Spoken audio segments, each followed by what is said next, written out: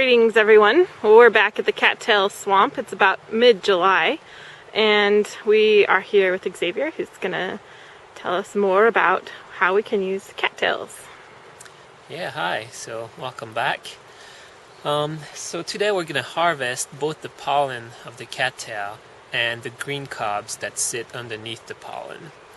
And as we said before, cattail is really a great edible because you can eat pretty much all parts at all times of the year. Well, you know, different parts at different parts of the year, but at each stage in the year there's something to eat. And the problem with the pollen and green cob is that there's a very, very short window to be able to harvest them. You know, a couple of days really is what you have to work with. You know, a little longer if you're really lucky. But if you have a cattail patch that you want to harvest from, you really should check it every day at this point to make sure that it's ready. And here we're lucky that we have cattail at different stages in the pollen production. So I'm going to show that to you and hopefully give you a good idea. So we had our green shoots coming out of the ground. And then at this time of year they're going to produce two parts, and it may be hard to distinguish those two parts here, but we'll still show you. First there's this part, which is the green cob, which I believe is the female part of the cattail that kind of sits right on top of the stalk here. So you have the stalk and the leaves, and then you have this green part here. And that's the part that's going to be fertilized and going to give seeds later on. And then on top of that, you can see just starting to happen here. You had another leaf and you have a small separation, and you can have a different shade of green right here, and it's not quite out of the sheath of the leaf. And that's the pollen part that's not open yet. And so that's kind of the first stage of it that you kind of have to keep an eye on if you want to harvest the pollen. So that's too early for us. And then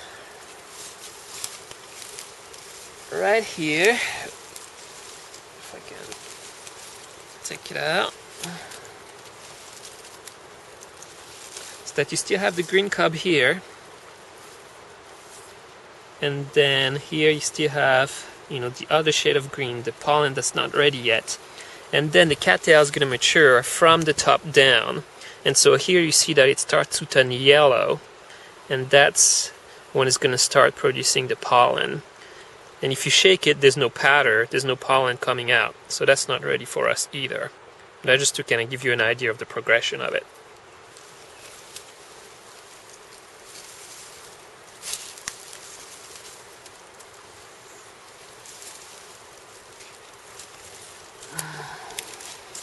So now here's what we want. Again, we have the green cob right here, this length of it, and here the cattail production, and it's starting from the top down.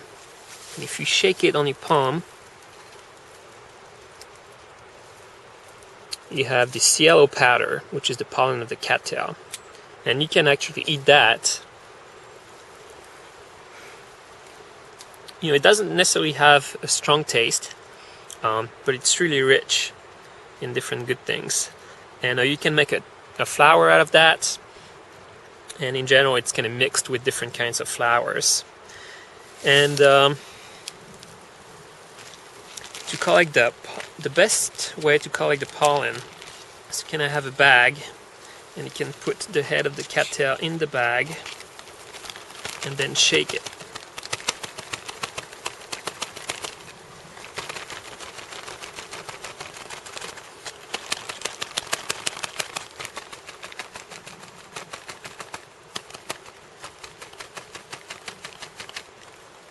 Okay, so here we have a little bit. Of course it takes many heads of cattail to have enough pollen to do much with it, but you know, in general there's pretty large swamps that you can use.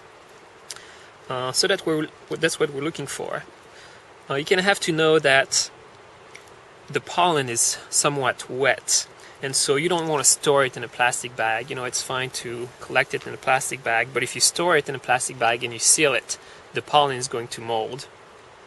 And so, one good way to get rid of that problem is just to put the pollen in a paper bag, and kind of shake the paper bag a little bit every day, just to turn the pollen, just so that it dries in the paper bag. And so that's a good way to do that. And then once it's really dry, then you can store it, and it keeps for a long time. So that's the phase that you want to gather the pollen at.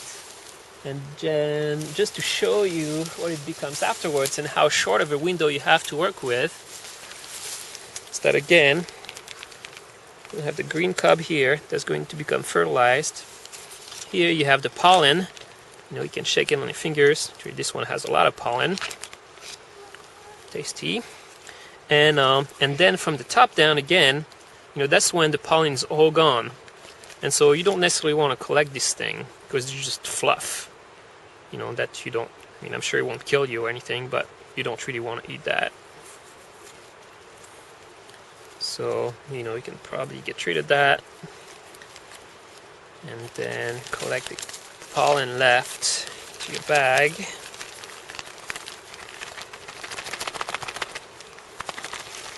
When you use this as a flour, even if you mix the cattail flour with your wheat flour, whatever, to make your pancakes or whatever, it turns the batter into this incredibly beautiful yellow batter. So that's kind of a fun thing. Make cattail crepes and just kind of spice them up with this wonderful cattail flour. And here's the next stage, kind of the same stage, more advanced. You have only the green cob left, and all the pollen is gone already. So you see how fast it can go. On the same pond, having all these different stages of the cattail, and that probably happened in less than a week for sure. It's not a lot shorter than that. So that is kind of the first part of it. The second part that you can eat is the green cob. So once you've harvested, the pollen from your top part here, you can break it off, and you can just take this green cob here, and you can eat that just like corn on the cob. You can actually eat it raw.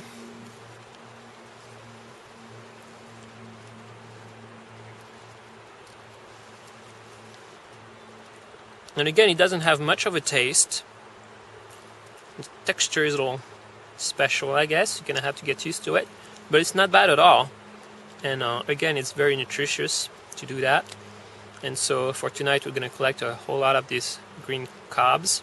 And you can also steam them or saute them. You can break them in half, saute them in your pan real quick. You don't want to overcook them. And yeah, just eat them like corn on the cob. Thanks. Cattail pollen is also used medicinally. It's hemostatic, so it can stop the flow of blood. It's diuretic, so it can increase the flow of urine. It's astringent, so it tightens mucosal tissues, and it's nutritive. It's fabulous for chronic diarrhea, especially if there's blood involved, and also can be used externally to stop bleeding as well. Herbalist Michael Tierra says that because of its emmenagogue properties and the ability of cattail pollen to move blood stagnation, that during pregnancy, women will want to approach this plant with caution or avoid it altogether.